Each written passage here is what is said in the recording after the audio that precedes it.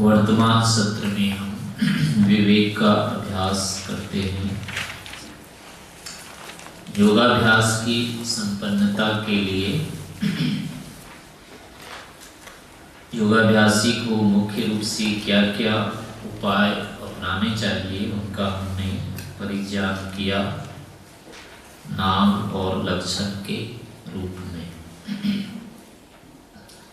आगे उसको हम परीक्षा के रूप में देखेंगे और उसका क्रियात्मक स्वरूप प्राप्त करने का प्रयास करेंगे। आगे हम आध्यात्मिक क्षेत्र में भी जितने ज्ञान विज्ञान होते हैं वे सभी बुद्धिपूर्वक निर्णीत होते हैं। केवल एक आशंका को लेकर के या केवल मान्यता के आधार पर इनके अर्थ स्वीकार नहीं किए जाते, क्योंकि इस आध्यात्मिक क्षेत्र में जो कोई भी उपलब्धि होती है वह सर्वोपरि उपलब्धि होती है और जीवन के साथ उसका सीधा सीधा संबंध होता है। पूरा का पूरा जीवन इसके ऊपर खड़ा होता है। इस कारण से उन अर्थों में यदि भ्रांति रह गई, संशय रह जाता है तो जीवन का केवल काल व्यतीत हो जाता है, उपलब्धि नहीं हो पाती वास्तविक, और जीवन की सफलता अवरुद्ध हो जाती है। इस कारण से इस क्षेत्र में भी हमें अपने अर्थों को जो हमारे लिए ध्येय है बुद्धिपूर्वक प्राप्त करते जाएं। दूसरा होता है इसमें कारण कि लौकिक क्षेत्र में जो उपलब्धियां होती है उनको दूसरा भी बता सकता है ये उचित है या नहीं है, पर इस क्षेत्र में जो उपलब्धि होती है इसमें दूसरे प्रमाण नहीं हो पाते। दूसरे को पता ही नहीं चलता है ये है भी या नहीं है। इस कारण से इसकी परीक्षा भी या निश्चय स्वयं को ही करना होता है। मुख्य प्रमाण इसमें व्यक्ति स्वयं होता है, कोई उपलब्धि हुई है या नहीं और उचित है कि अनुचित है, ये सारा का सारा निर्णय अपने ऊपर होता है। बाहरी कोई व्यक्ति जो इस विषय में बहुत अधिक जानता है, गुरु है, अनुभवी है, वह व्यवहारों के आधार पर बहुत कुछ जान लेगा, लेकिन फिर भी पूरा निर्णय नहीं कर पाता है वो भी, क्योंकि वो भी सारा पहले पूछेगा, पूर्व का व्यवहार देखेगा, मान्यताएं सुनेगा, फिर दोनों को मिलाने के बाद उसको पता चलेगा। केवल देखने से पता नहीं चलता है। तो इस कारण से इसमें व्यक्ति स्वयं उत्तरदायी होता है। तो इसके लिए मुख्य रूप से ये होता है कि हम उन सिद्धांतों का प्रमाण पूर्वक निर्णय करते जाएं। प्रमाण से यदि हम अपनी अनुभूतियों का परीक्षण करते जाते हैं तो उन्नति में कोई बाधा नहीं आएगी और जो भी स्तर बन जाता है उससे नीचे गिरना फिर नहीं होता है। उपलब्धियां यदि प्रमाणिक नहीं है तो कभी भी जाकर के बाधित हो सकते हैं, संशय हो सकता है और विपरीत दिशा में जा सकते हैं। तो तो इस कारण से होता है हमारा समय व्यर्थ ना जाए, समय का, जीवन का ठीक ठीक उपयोग, सदुपयोग होता जाए, विकास होता जाए। इसलिए हम हर कोई ज्ञान प्रमाण पूर्वक ही ग्रहण करने का प्रयास करेंगे। तो इसमें जो 4 उपाय बताए हैं ज्ञान ग्रहण के लिए, श्रवण, मनन, निधिध्यासन और साक्षात्कार, इन 4 विधियों से ज्ञान को प्राप्त किया जाता है। तो जो जितने नए ज्ञान होते हैं प्राप्त करने के लिए, उसके 2 होते हैं उपाय या प्रमाण। एक तो प्रत्यक्ष प्रमाण से नया ज्ञान होता जाता है और दूसरा है शब्द प्रमाण से। तो दोनों ही प्रमाणों से हमारे नए ज्ञान जो होते जाएंगे वो यथार्थ होते हैं। लेकिन इस दोनों के आधार पर जो नया ज्ञान परोक्ष होता है उनमें संशय की स्थिति बनती है। प्रत्यक्ष वाले में भी संशय नहीं होगा, वो होगा ही, ठीक ही होगा। अगर प्रत्यक्ष ठीक से हुआ है तो, और जो शब्द प्रमाण से अनुज्ञात हुआ है वो भी ठीक ही होता है, यदि उस दोष में, वक्ता में यानी कोई अन्य दोष नहीं रहा, हाँ, आर्ष हो और या ग्रंथ में कोई प्रक्षेप नहीं हो, तो इस अवस्था में जो भी ज्ञान होगा वो यथार्थी होगा। लेकिन इन दोनों के आधार पर हमको और जो ज्ञान होता है, इनके आश्रय से जो ज्ञान होता है वो अनुमानिक होता है, परोक्ष होता है, तो उसमें संशय निश्चय से हो जाता है और उस अनुमान के बिना भी हमारा ज्ञान बढ़ता नहीं है। क्योंकि शब्द ज्ञान भी एक सीमा तक होगा और प्रत्यक्ष तो होता ही थोड़ा सा, कोई बहुत होता ही नहीं है प्रत्यक्ष तो, लेकिन व्यवहार के लिए बहुत अधिक ज्ञानों की अपेक्षा होती है। तो उसमें हमें जैसे व्यवहार में अनुमान करना पड़ता है, अनुमान से जानना होता है, ऐसे इस क्षेत्र में भी, आध्यात्मिक क्षेत्र में भी अनुमान से बहुत सारा ज्ञान करना होता है। पहले अनुमानिक ज्ञान होने के उपरांत ही प्रत्यक्ष की स्थिति आएगी, साक्षात्कार की। क्योंकि जो भी ज्ञान होगा प्रत्यक्ष तो होगा नहीं पहले, और उस विषय का निश्चय होना आवश्यक होता है। उस प्रत्यक्ष नहीं होगा मतलब, हाँ, पहले देख रहे हैं तो यानी आत्मा है, आत्मा है, इसका कैसे प्रत्यक्ष होगा? ज्ञान तो हो जाएगा, शब्द से ज्ञान हो जाएगा, और अपने को लगता है, निषेध नहीं कर पाते हैं, है इतना तो होता है, पर पूर्णतः प्रत्यक्ष तो नहीं है ये। तो ऐसी स्थिति में क्या होगा? वो असंदिग्ध होगा ये। तो इसके यानी अनुमान से फिर जानना, वो इस संशय को हटाने के लिए अनुमान से निश्चय करेंगे पहले। सीधे आप इस विषय में समाधि लगाना चाहिए तो नहीं लगेगी। समाधि लगाने के लिए, ध्यान करने के लिए निश्चयात्मक ज्ञान चाहिए पहले, क्योंकि निश्चयात्मक ज्ञान नहीं तो वृत्ति बनी रहेगी, वो सोचते ही रह जाएंगे फिर तो। और ध्यान करने के लिए ज्ञान का निश्चयात्मक स्वरूप चाहिए, आवृत्ति उसकी होती है ध्यान में। जो अभ्यास करते हैं पुनः पुनः एक ताकत जो बनाते हैं वो अभ्यास से बनता है। तो अभ्यास निश्चित ज्ञान का होता है, ज्ञान अनिश्चित है तो अभ्यास नहीं होगा उसका। तो उस निश्चित करने के लिए, अभ्यास से पहले ज्ञान को निश्चित करने के लिए ये निधिध्यासन होता है। निधिध्यासन वाला ज्ञान लगभग अर्थ के बहुत निकट होता है, प्रत्यक्ष स्तर का नहीं होता है, लेकिन प्रत्यक्ष से बहुत निकट का होता है। यानी इतना निकट होता है कि प्रत्यक्ष इससे भिन्न होगा नहीं। स्थिति में जाने के बाद थोड़ा मोड़ा अंतर होता है, थोड़ा मोड़ा सुधार होता है। हाँ, लेकिन लगभग जितना भी प्रत्यक्ष होता है, जैसा भी होता है, वो सारा का सारा पहले निधिध्यासन में वो आ जाता है। वो बहुत निकट में निधिध्यासन का जो ज्ञान होता है प्रत्यक्ष से बिल्कुल मिला जुला होता है। थोड़ा सा अंतर रहता है केवल, उनकी विशिष्ट नहीं होता है, निश्चयात्मक केवल होता है और स्वरूप विशेष का होता है वो। तो इस कारण से निधिध्यासन से पहले इसको निश्चय करना होता है। तो निधिध्यासन की प्रक्रिया में आप अभी जैसे न्याय दर्शन जो पढ़ रहे हैं, उससे भिन्न कोई प्रक्रिया नहीं होती इसकी। निध्यासन की ही प्रक्रिया, न्याय दर्शन की प्रक्रिया है। उसमें अभी जो परीक्षा वाला विषय चल रहा है, आगे से शुरू होगा ये अभी। तो निधिध्यासन में वही का वही है बस।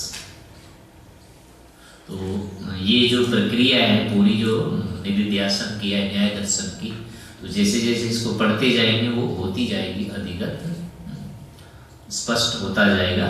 लेकिन इतना है कि उससे बाहर की चीज़ कुछ नहीं करना है अपने को। निधिध्यासन में वही विषय हमको थोड़े से शब्दांतर से या उदाहरण भेद लेके करेंगे। सारा विषय जो है पुस्तकों में उसको ही करना है अपने को। बाहर से भी विषय तो वही है, आत्मा का ही करेंगे, शरीर इंद्रिय का करेंगे, ईश्वर का करेंगे, विषय तो कोई है नहीं बाहर। वही विषय ले रखा है न्याय दर्शन में भी, उतना ही ले रखा है। शरीर से पृथकता लानी अपने को विवेक के लिए, वो ये प्रक्रिया पूरी पूरी है न्याय दर्शन में दी हुई। तो अंतर ये कि वहाँ शब्दों में भेद होगा, वो दृष्टांत दूसरा दे देगा, अपने को दृष्टांत यहाँ स्वानुभूत जो है वो लेना है बस। जिन शब्दों को या जिन अवस्थाओं को हम साक्षात अनुभव करते हैं, दृष्टांत अपने को वहाँ से लेना होगा। क्योंकि पुस्तक पढ़ लेने के बाद भी घुसता नहीं है, वो पढ़ तो लिया हो लेकिन प्रतीति नहीं होती, लगता नहीं कि ऐसा ही है। तो वो इसीलिए नहीं लगता है कि जो उसके जो दृष्टांत होते हैं वो अपने लिए दूर ही रहते हैं। तो दृष्टांत भी अपने को जो स्वानुभूत है उसमें से लेना होगा। तो इस निधिध्यासन में हम उस दृष्टांत को लेकर के चलेंगे, अन्यथा प्रक्रिया दोनों एक ही है। जो न्याय की प्रक्रिया वही यहाँ भी निधिध्यासन की प्रक्रिया होगी। तो वहाँ जैसे बता दिया कि संशय पहले करना है, तो यहाँ भी निधिध्यासन के विषय में एक ही बात है, संशय पहले करना है।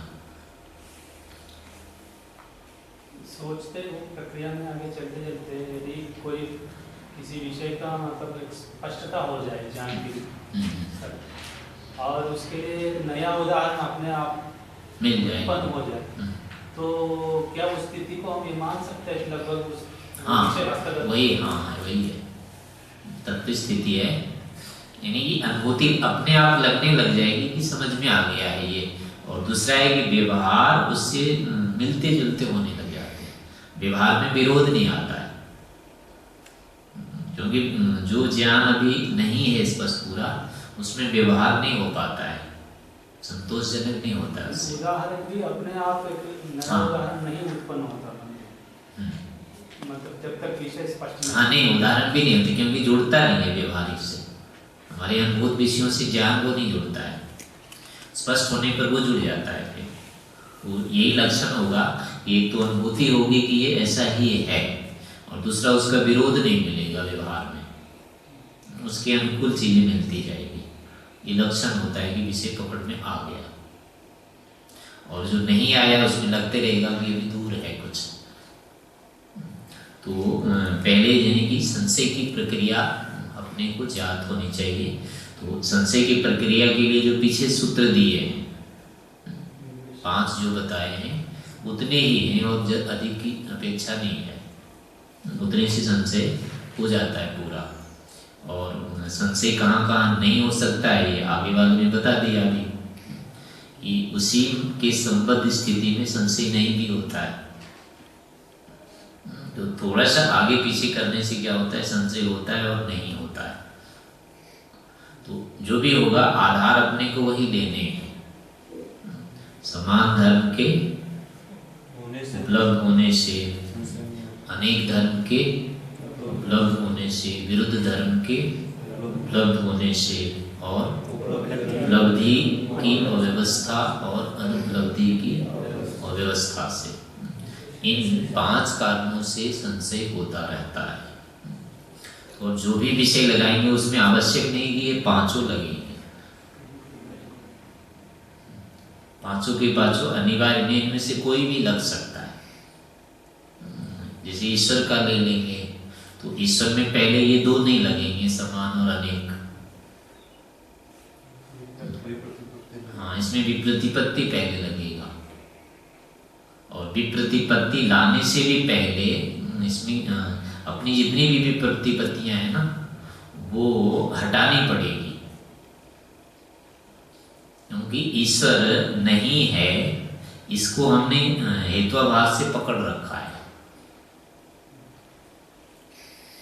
अधिकतम निषेध किया हुआ ईश्वर को हमने, और उसके पीछे सारा का सारा हेत्वाभास है। इसी कारण से लगता ही नहीं है कि ईश्वर है। अभी दो तरह की स्थिति देखेंगे अपने को ईश्वर के विषय में। एक तो ईश्वर है इतना बोल करके देखिए मन में, तो इसका आधार ढूंढिए, किस आधार पर हम कह रहे हैं इसको ईश्वर है।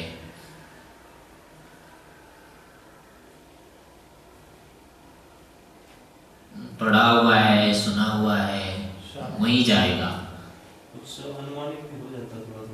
अनुमानी में लगेगा कि इसके आधार पर मैंने सोचा है अभी। जो हम नहीं कर पाते हैं तो कोई करने वाला होगा नहीं, आप जो मानते हैं उस मानने का आधार ईश्वर जो निश्चयात्मक मान रहे हैं अभी है, तो इसके पीछे पता चलेगा मैं किस आधार पर मान रहा हूं। यानी सुना हुआ है ना, पढ़ा हुआ है, ये साक्षात अर्थ की दृष्टि से मान रहे हैं, वैसा नहीं लगा सकते। गाय के विषय में कहेंगे कि गाय होती है कि नहीं, तो आप कहेंगे गाय होती है, तो होती है कहने के पीछे क्या काम कर रहा है ज्ञान? सुना हुआ ज्ञान काम कर रहा है या पढ़ा हुआ ज्ञान काम कर रहा है? या सीधे लगता है मैंने उस अर्थ को देखा है। यानी गाय होती है यह जो ज्ञान हो रहा है सीधे अर्थ के आश्रय से हो रहा है, और ईश्वर है ये जो ज्ञान हो रहा है वो अर्थ के आश्रय से नहीं हो रहा है। दोनों की अनुभूतियों में भेद है ना, स्वीकृति में, आश्रय में भेद हो रहा है दोनों में। तो गाय वाला जो अर्थ हो रहा है ये तो साक्षात है, इसमें हमें और कहीं जाने की अपेक्षा नहीं है, नहीं लगती है बुद्धि में, दूरी नहीं दिखाई देता है, साक्षात देखा है मैंने गाय, तो ना कोई अवकाश है ना कोई संशय, कुछ भी नहीं है इसमें। अब ये अलग बात है कि कोई भ्रांति से डाल दे, विशेष कुछ बात कहने लगे और चक्कर डाल दे तो लगने लग जाएगा घोड़ा देखा है गाय देखा है, पर वो बहुत कुछ करने पर होगा, सामान्य से नहीं मानेंगे। कोई हमको विश्वास अविश्वास करा ही नहीं सकता है कि वो गाय नहीं है, तो वो इसीलिए है कि हमको उसमें अवकाश नहीं, अर्थ को देखकर हमें जाना है, तो दूरी नहीं है ज्ञान में और उसके आश्रय में। तो यही की यही स्थिति ईश्वर में हो जानी चाहिए, आत्मा में यही की ऐसी स्थिति होनी चाहिए। मैं आत्मा हूं अगर कह रहे हैं तो सीधे सीधे मैं के साथ जोड़ के कह रहे हैं। जैसे दूसरे को बताते हैं मैं हूं, तो शरीर के आश्रय से बोलते हैं ना, शरीर के आश्रय से अवकाश नहीं दिखता है अपने को, लेकिन अपने को ही जो कहेंगे मैं हूं आत्मा हूं, तो अब शरीर जैसी अनुभूति नहीं होगी आश्रय की।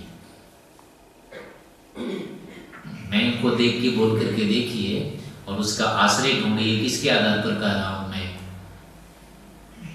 अधिकतम ध्वनि आ जाएगी, मैंने बोला मैं हूं, इससे आगे नहीं आएगा, कुछ उठेगा। तो ये भी क्या है, हमारा ये जो ज्ञान है आत्मा के विषय में, ये वास्तविक अभी नहीं है। तत्व ज्ञान को भी के दो अर्थ होते हैं, एक जो केवल प्रमाणों से निश्चित ज्ञान होता है यथार्थ, उसको भी तत्व ज्ञान कहते हैं। न्याय दर्शन में जितना भी ज्ञान आएगा वो तत्व ज्ञान होता है, लेकिन इस यानी आध्यात्मिक दृष्टि से नहीं है वो तत्व ज्ञान, नहीं। हाँ, तो बस जो तत्व ज्ञान होता है वो अपनी अनुभूति से होता है, यानी वैराग्य का जो कारण होता है, मोक्ष का जो कारण तत्व ज्ञान होता है, वो ये निश्चयात्मक केवल नहीं होता है, अर्थ के अनुरूप होता हुआ अपने अनुभव में आया हुआ होना चाहिए, अन्यथा वो अभी नहीं है तत्व ज्ञान। तो उस तत्व ज्ञान को हमको अपेक्षा होती है मुक्ति के क्षेत्र में, हर समय अनुभवात्मक यथार्थ ज्ञान चाहिए। तब कहेंगे कि इसको यथार्थ ज्ञान है या तत्व ज्ञान है। केवल निश्चय को नहीं कहते हैं, प्रमाण से सिद्ध, शब्द प्रमाण से सिद्ध होने पर भी तत्व ज्ञान होता है, अनुमान से सिद्ध होने वाला भी तत्व ज्ञान होता है, लेकिन वो मुक्ति के साथ का कारण नहीं है। तो उसको तत्व ज्ञान कहते हैं। तत्व ज्ञान नहीं करना चाहिए ना, उसको तो ज्ञान नहीं है, मात्र अनुमान ज्ञान है। क्योंकि यथार्थ होता है वैसे ही, अर्थ की दृष्टि से कहा हुआ है और दूसरे के माध्यम से, किसी अन्य माध्यम से कहा हुआ है। जब वहां पहुंचेंगे ना तो वो अर्थ वैसा ही मिलेगा, बदलेगा नहीं। इस दृष्टि से उसको यथार्थ कह देते हैं। लेकिन जो कि अपना व्यवहार उसके अनुकूल नहीं हो पाता है, मानते हुए भी जैसे हमको चलना चाहिए उसके आश्रय से वो चल नहीं पाते, इसीलिए हमारे लिए क्या होता है ना, व्यवहार का साधक नहीं होता है। और तत्वज्ञान हमारे अंश में व्यवहार का साधक होता है। हमारी प्रवृत्ति उसके अनुकूल जब होने लग जाए ज्ञान के, उसको कहते हैं ज्ञान। ज्ञान यानी तत्व ज्ञान, यथार्थ ज्ञान वो होता है जो हमारी प्रवृत्ति को सीधे नियंत्रित करता हो। व्यवहार को, प्रवृत्ति को नियंत्रित नहीं कर रहा है तो वो ज्ञान अभी कम है, पूरा ज्ञान नहीं हो पाया है। तो उसके लिए ये स्थिति बनानी होती है। पहले यहीं से पकड़ेंगे कि हमारा ज्ञान अभी कैसा है। ये इसका एक लक्षण होगा पहले कि मैं जिस चीज को भी जान रहा हूँ तो उसको मैं उसके आश्रय से ही जान रहा हूँ या किसी माध्यम से जान रहा हूँ भी। यदि आश्रित ज्ञान है तो उसको और जानने की अपेक्षा नहीं है, वो और दूसरा वो व्यवहार में उचित परिणाम देगा। यदि संबद्ध हो गया तो ठीक ही परिणाम देगा वो, और संबद्ध ही नहीं हुआ है, दूर है, तो अभी वो केवल भासता रहेगा, फिर भी वो ठीक ज्ञान है। अच्छा, जैसे किसी विषय में हमने मतलब प्रत्यक्ष किया है और अभी तक सब जैसे विषय होते हैं सब में अभी तक हमने उसका मतलब प्रयोग नहीं किया है, तो जिस विषय में प्रयोग नहीं किया है वो तो हमें कुछ बाधित करेगा, क्योंकि जब तक उसमें प्रयोग नहीं करेंगे तब तक बुद्धि तो वैसे नहीं बनेगी ना। नहीं बनेगी, उतनी बुद्धि नहीं बनेगी। उससे जो मतलब प्रेरणा होनी चाहिए या प्रवृत्ति होनी चाहिए ना, उसके अनुरूप नहीं हो पाएगी। जैसे कि आत्मा को जानते हुए भी जो भय नहीं होना चाहिए, निर्भयता नहीं होनी चाहिए, ये सब स्थिति नहीं आएगी। अभी भी कोई लगेगा कि कुछ काम बचा हुआ है, छूटा हुआ है, भय की स्थितियां आ जाएगी इसमें। पर ज्ञान होने के बाद भय नाम की चीज नहीं आएगी, फिर ये परिणाम आएगा इसका। नहीं, जैसे उसका प्रयोग करेंगे, जैसे कोई बाधा है, जैसे पहले बाधा चलती है और वो बाधा फिर बाद में भी आएगी, लेकिन उस समय जब उस ज्ञान का प्रयोग करेंगे निवृत्ति तो तभी होगी ना। हाँ। एक बार तो वो जो विषय है जिसपे हमें अभी उसका प्रयोग नहीं किया वो हमें बाधित तो करेगा ही, उसका प्रयोग करेंगे तब उसमें जाके हाँ, उसमें हट जाएगा बाद में आने के बाद। तो यहाँ भी यही है कि जैसे संशय ऐसे उठाते हैं, यानी ईश्वर को जानता हूँ मैं, तो अब ये हो गया कि तत्व रूप में जानता हूँ कि नहीं, तो इसका लक्षण यहाँ से निकलेगा कि तत्व को का जो ज्ञान होता है वो कैसा होता है और वैसा मेरा ज्ञान है कि नहीं है। तो अब ये हो गया कि वैसा मेरा ज्ञान नहीं है, तो अब यहाँ से बन गया ये कि हमको वैसे जानना है।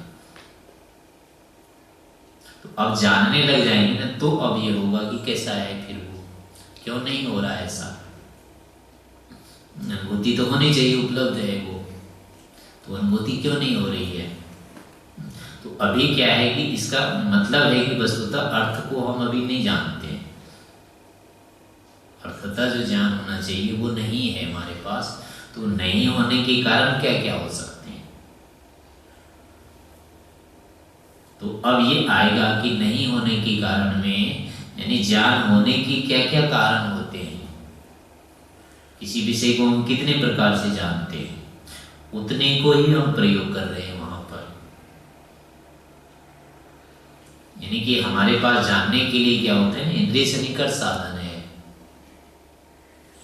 तो इंद्रिय सन्निकर्ष से जो जिस इंद्रिय का विषय है उसको हम जानते हैं, और इससे अतिरिक्त हम नहीं जानते। अभी जानने का हमारे पास और कोई प्रकार नहीं है, इंद्रियों से ही जानना हम जानते हैं, तो ईश्वर के ऊपर हम इसको ही लागू करते हैं हर समय, क्योंकि इससे अतिरिक्त हमें जानना ही नहीं आता है। हाँ, तो और जानने का हर समय होता है, इसी से जान सारा हो ही रहा है हमारा। तो अब क्या है कि ईश्वर पर हम इसको ही लगाते हैं और नहीं पकड़ में आता है वो, तो इन इंद्रियों के जो विषय होते हैं होने पर वो पकड़ में आ जाते हैं और नहीं होने पर वो हो जाते हैं निर्णय की नहीं है। तो यही हम ईश्वर पर भी लगाते हैं, लगाने से वो नहीं आता है पकड़ में, तो हम निर्णय ले लेते हैं नहीं है ईश्वर। अभी जो साक्षात जैसी अनुभूति होनी चाहिए ईश्वर की, तो उसमें देखेंगे कि ईश्वर नहीं है, इसमें क्या कारण, क्यों मैं मान रहा हूं। तो आपको लगेगा कि दिख नहीं रहा है, क्योंकि जितने भी ज्ञान अभी हो रहे हैं वो देख करके हो रहे हैं, देखने का आधार पर ही हो रहे हैं सारे। तो ये ज्ञान जो हो रहा है बिना ही एक प्रकार से पुरुषार्थ किए हो रहा है। इंद्रियों से जानने के लिए हमको कुछ करना नहीं पड़ रहा है ना, सीधे सन्निकर्ष हो रहा है और उस सन्निकर्ष से सीधे सीधे ज्ञान हो रहा है इसका। तो अनायास एक तरह से ये ज्ञान हो रहा है। तो ऐसी ही अपेक्षा हम ईश्वर के ज्ञान में भी रखते हैं कि अनायास ज्ञान होना चाहिए। तो वो अनायास ज्ञान नहीं हो रहा है ईश्वर का, तो अनायास ना होने के कारण अब उल्टा निर्णय ले रहे हैं, वस्तुतः नहीं है। तो इंद्रिय यानी नेत्रेंद्रिय के प्रयोग से प्राय अधिकतम व्यवहार में सारा हमारा नेत्रेंद्रिय से चलता है व्यवहार, तो इसी को लगाते हैं और अनायास उपलब्धि नहीं होने से ईश्वर के विषय में सबसे बड़ी बाधा जो है यही है। ऐन्द्रिक नहीं होते हुए भी उसको ऐन्द्रिक बनाए बैठे हैं। तो अब ये नियम निकालना पड़ेगा इसको काटने के लिए कि जो वस्तु होती है, जो वस्तु, वो सभी इस नेत्रेंद्रिय का विषय हो ऐसा नहीं है, या जो इंद्रिय से जात हो उतनी ही वस्तु होती है, ये नियम नहीं है। ज्ञान जितने इंद्रियों से होता है, नेत्र से, उससे भी अतिरिक्त वस्तु है, अथवा इतनी वस्तुएं हैं जिन सभी का ज्ञान नेत्रेंद्रिय से नहीं होता है। तो नेत्रेंद्रिय की जेयता सभी विषयों के साथ जो बना रखी है अभी हमने, इसको पहले काटना होगा। ये मान्यता बैठानी पड़ेगी कि सब कुछ आंख से नहीं दिखती है, या सारे विषय आंख के ही नहीं है। तो आंख से देखना प्रमाण नहीं हुआ ये, आंख से अतिरिक्त विषय होते हैं, बहुत सारे हैं। अब स्पर्श को जानना है, रस को जानना है, गंध को जानना है, इसमें से कोई भी नहीं होता है इसका विषय, और सारे के सारे अर्थ होते हैं। तो दिखे बिना भी तो अर्थ होते हैं ना। तो अब ये होगा, जब दिखे बिना अर्थ होता है तो हमें दिखने वाला जो आग्रह है इसको छोड़ देना होगा। तो ऐसे ही होगा, पांचों इंद्रियों के हो जाएंगे। जिस चीज की गंध नहीं आती वो भी चीज होती है, जिसके स्पर्श का ज्ञान नहीं हो रहा वो भी होता है, जिसकी ध्वनि नहीं आ रही वो भी चीज होती है। तो ऐसे पांचों इंद्रियों के क्या होता है, विषयों का अतिक्रमण होता है। इतने अर्थ हैं जिनका कि इन पांचों से पकड़ नहीं होता है। जैसे सुख दुख होता है, अब सुख दुख की पकड़ इन पांचों के बाहर है, पर वो होता है, उसका निषेध नहीं कर सकते हम।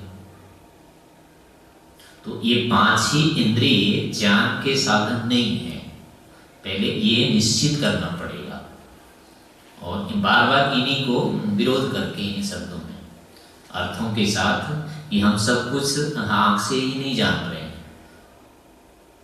अभी वस्तुतः जो हम जान रहे हैं केवल आंख से नहीं जान रहे हैं, हमको स्पर्श, गर्मी का भी पता लग रहा है ना, अभी ठंडी है, गर्मी है, ये भी होता है अनुभव। दिखती हुई वस्तुएं स्पर्श का भी होता है, गंध का भी आ जाता है, तो ये है। इसके साथ साथ फिर क्या है, परोक्ष वस्तुओं का भी ज्ञान स्मृति से होता रहता है।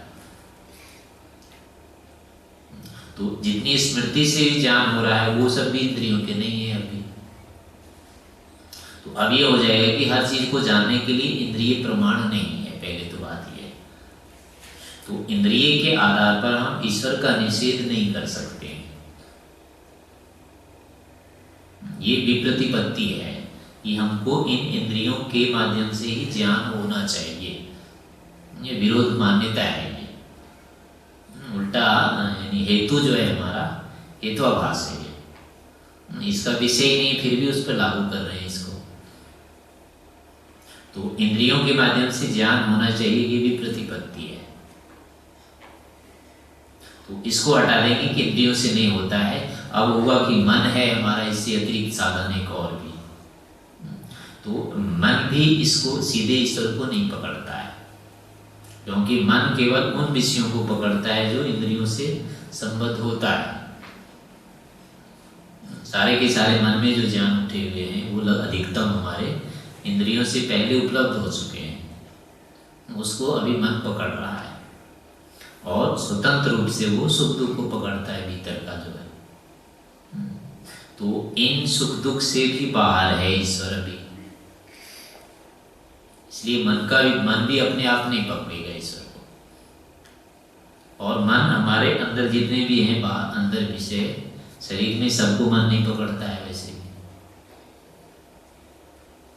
तो जो विद्यमान विषय हैं उसी सबको नहीं पकड़ रहा है मन। तो इसलिए ये नियम नहीं बनेगा कि कम से कम मन से तो पकड़ में आना चाहिए। मन भी हर विषय को नहीं पकड़ता है अपने आप। तो अब इतना मन को भी छोड़ दिए, इंद्रियों को भी छोड़ दिया, तो इन दोनों से ही क्या है, ईश्वर साध्य नहीं है। तो अब क्या बचता है हमारे पास प्रमाण जानने के लिए? और स्वयं का प्रयोग नहीं कर रहे हैं, अब नहीं आता है। तो अब कम से कम ये निश्चय हो जाएगा कि हमको इससे नहीं करना है प्रयोग, मन और इंद्रिय का प्रयोग नहीं करना है, अथवा इनके आधार पर निषेध नहीं करना है ईश्वर का। तो इससे इतना हो जाएगा कि ईश्वर नहीं है ये नहीं कह सकते हम। और ये निश्चित करना पड़ेगा, अभी भी आपको भी करना है निश्चित ये कि हम ईश्वर का जो निषेध कर रहे हैं उसमें ये कारण है कि नहीं अभी, और यदि ये तो और ढूंढिए क्या हो सकता है। जितनी भी प्रतिपत्ति होनी चाहिए वो आ जानी चाहिए। संशय करने के लिए सारा का सारा क्या होता है, वही आधार होते हैं, क्योंकि संशय हमारा भी निराधार नहीं होता है। किसी न किसी को लेके ही संशय का ज्ञान होता है, क्योंकि ज्ञान का नियम है निर्विषय नहीं होगा। बिना विषय के आधार के ज्ञान उठता ही नहीं कोई, चाहे मिथ्या ज्ञान है चाहे सत्य ज्ञान है, बिना आधार के नहीं उठेगा वो। तो कोई भी अनुभूति हो रही है उसका कोई न कोई आधार है। तो अपने को जो अनुभूति हो रही है उसको आधार को ढूंढना होगा, कहाँ किस आधार पर हम ये इतना जान रहे हैं। सभी के कारण है। तो इतना यानी पूरा का परीक्षण हो जाने पर फिर अंत में आ जाएगा कि इनमें से ईश्वर का नहीं है तो अब कौन हो सकता है। अब इस पक्ष में आएंगे कि फिर ईश्वर यदि है, इससे तो ज्ञान नहीं हो रहा है, लेकिन हमको शब्द प्रमाण से है पता, अनुभूति तो है अपने को ईश्वर है। तो अब होगा कि फिर वो कैसा है। अब हम हेतु देंगे इस पक्ष में कि ईश्वर है सारे। तो अब ये फिर पूर्व पक्षी उसको काटेगा, उसको काटना है। इन पूर्व पक्ष के जितने हेतु थे वो कट गए, कोई भी नहीं लागू हो रहा है। अब फिर ईश्वर पक्ष से हेतु देंगे और ईश्वर पक्ष वाला हेतु फिर कट जाता है, तब तो विषय नहीं है ये, उधर से भी नहीं है इधर से भी नहीं है, लेकिन ये नहीं कटेगा। फिर तो नहीं कटेगा तो क्या होगा, यही निश्चय रूप में आ जाएगा। जो खड़ा रह जाता है दोनों में से एक, वो निश्चयात्मक हो जाता है। तो इस प्रकार से इस प्रक्रिया को आगे बढ़ाते हैं। संशय के विषय में और कोई लेना है? नहीं तो आगे हम इस प्रक्रिया को करेंगे, इसमें आते जाएगा, ये साथ ही साथ होता जाएगा, स्पष्ट करते जाएंगे इसको। अभी विराम देते हैं।